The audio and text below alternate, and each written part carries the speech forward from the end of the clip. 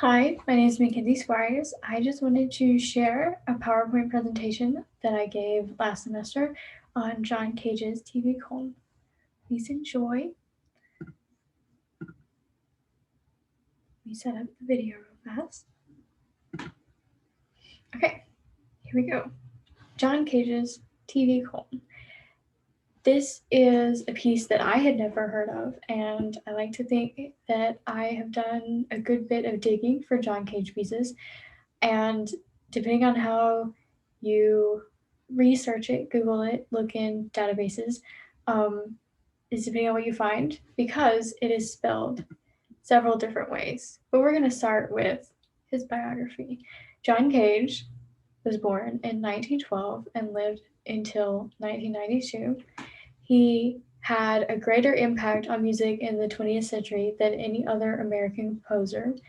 He created pieces that were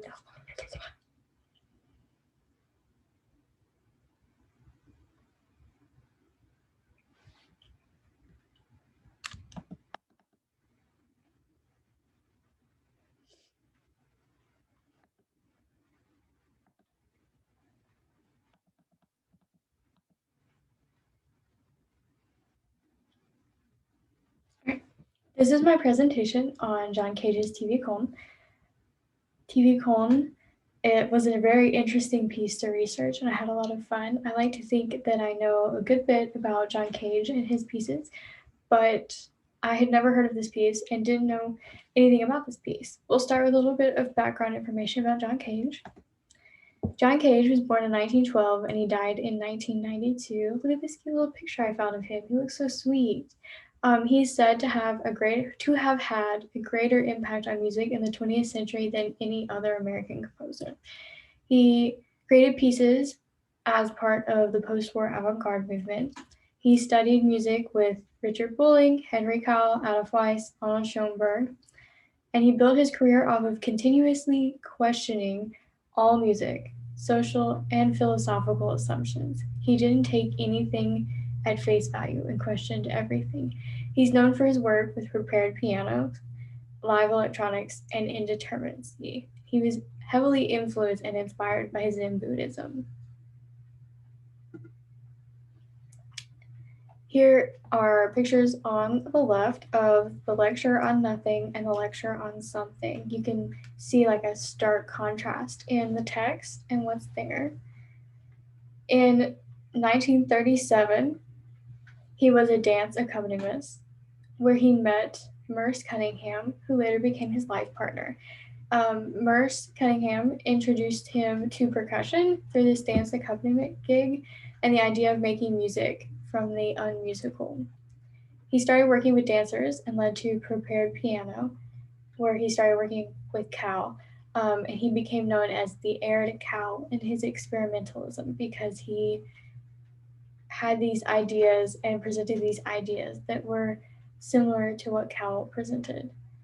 He gave the lecture on nothing and the lecture on something, which created and sparked his indeterminacy period and showed really what was going on in his mind when he was creating these pieces.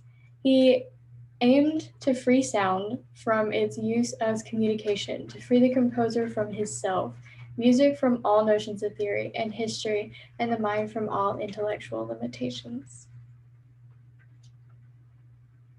I like that the lecture on nothing is more about the space between the words than the words themselves, whereas the lecture on something is more about the words and the amount of words, and you pay less attention to the space. And visually, you can see that you're drawn to the space in the lecture on nothing, the top picture, whereas you're drawn to the words in the bottom picture for the lecture on something.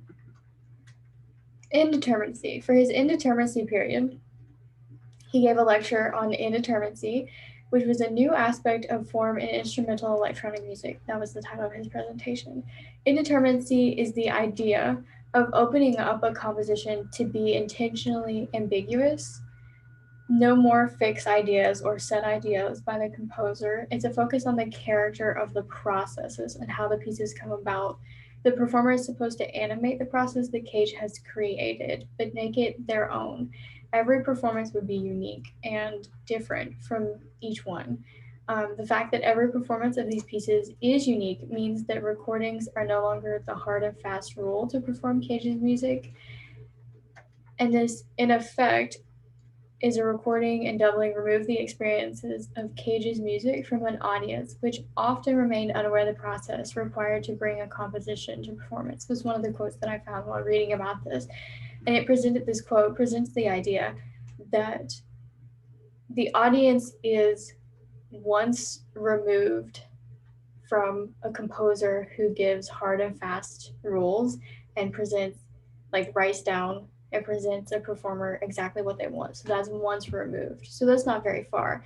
But Cage's music is twice removed because it's what he wants, what he writes down is interpreted by the performer and then interpreted again by the audience. So it kind of has this disconnect from Cage, but that's what makes Cage's music so unique and makes it indeterminate that anyone can pick anything and find anything out of it.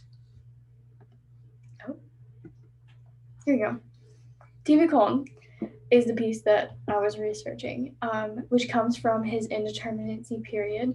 I'm going to show a clip of Water Walk, which is one of my favorite John Cage Indeterminacy pieces.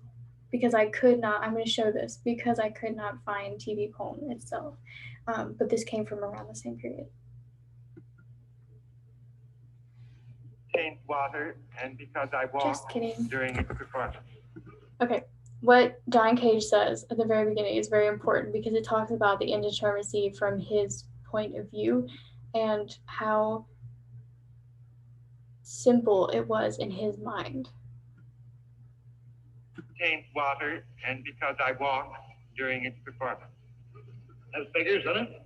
Now, also, two things I want you to notice. Over here, Mr. Cage has a tape recording machine, which will provide much of the, will you touch the machine so we can know where it is, which will provide much of the background. Also, he works with a stopwatch. The reason he does this is because these sounds are in no sense accidental in their sequence. They each must fall mathematically at a precise point. So he watches his watch as he works. He takes it seriously. I think it's interesting. Okay, and then they go on to talk about it and then do the performance. But what's interesting about what John Cage said and what the show director said, the announcer said, is that John Cage says it's called Water Walk because there's water and I'm walking. It's just that simple.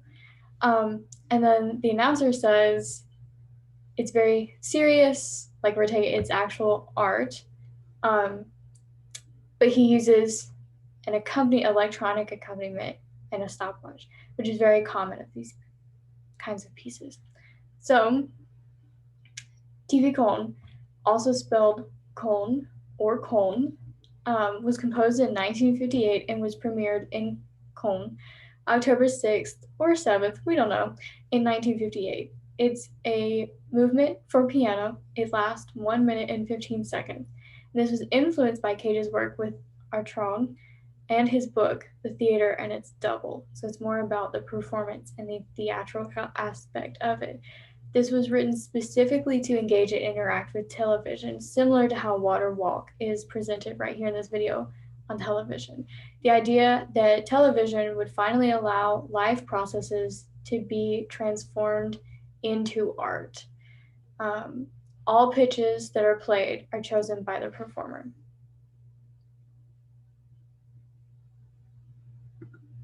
Now we'll look at a picture of the score. This is the score.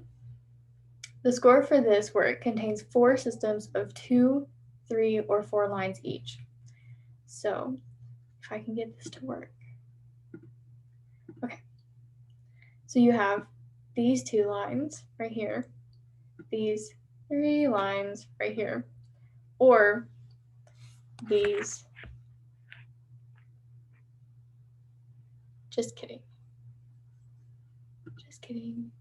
these 4 lines. Maybe that didn't sound right. These 4 lines, and then sometimes you would have 3 lines. So like right here, there's 2 lines, or you'd have 3 lines. So then you have I being the interior of the piano, O being the exterior of the piano, A for auxiliary noises, K for the bottom line for the keyboard, for the actual notes. And then we also have these dots. And each of these dots has a different meaning. So with dots and quarter notes, equal time lengths, they determine the equal time lengths. The position of a note to the line indicates its relative pitch, duration, or amplitude. So P, right here, there's a P. I knew I was forgetting one of them. P could be anything, really. You can interpret it however you want to. And then this 3 represents, and it's the note above the line, represents about how far up the keyboard you would go. So a 3 is about mid-range on the higher side of the piano, whereas there's a 8 below a line. Well, this dot is below a line, so it would be like just below center. This 8 would be quite a bit ways above the center of the piano. Cool.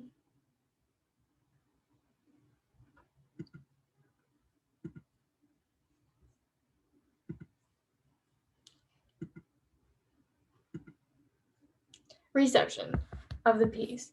So there's no documentation of the reception to this piece specifically because it premiered on TV and very few people documented it or wrote it down. There is a history of receptions that we can assume apply to this piece because of people's reactions to Cage and to Cage's pieces.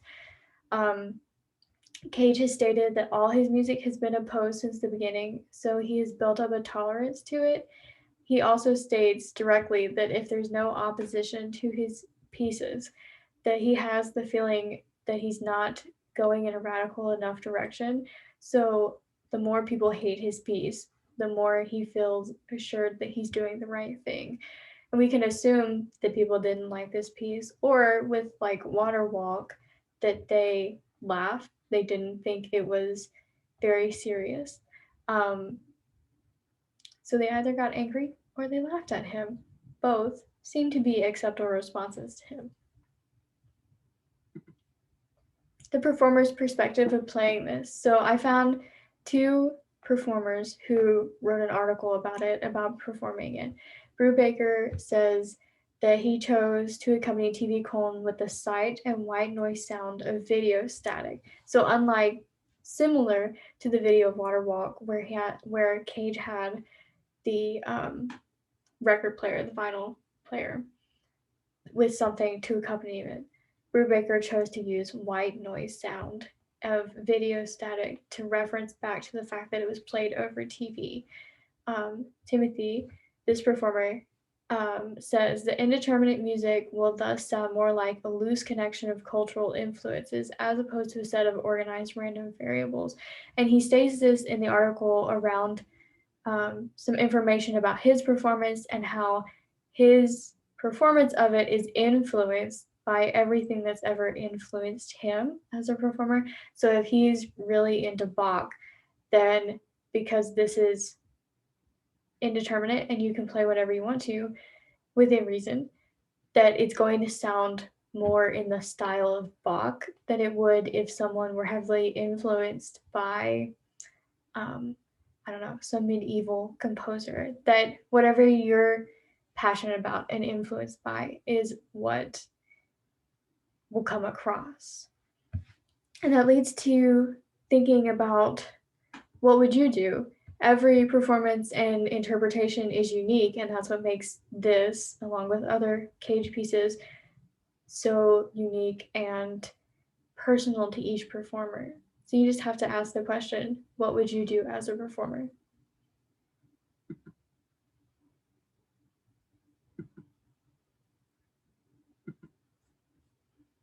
Awesome. Well, I hope that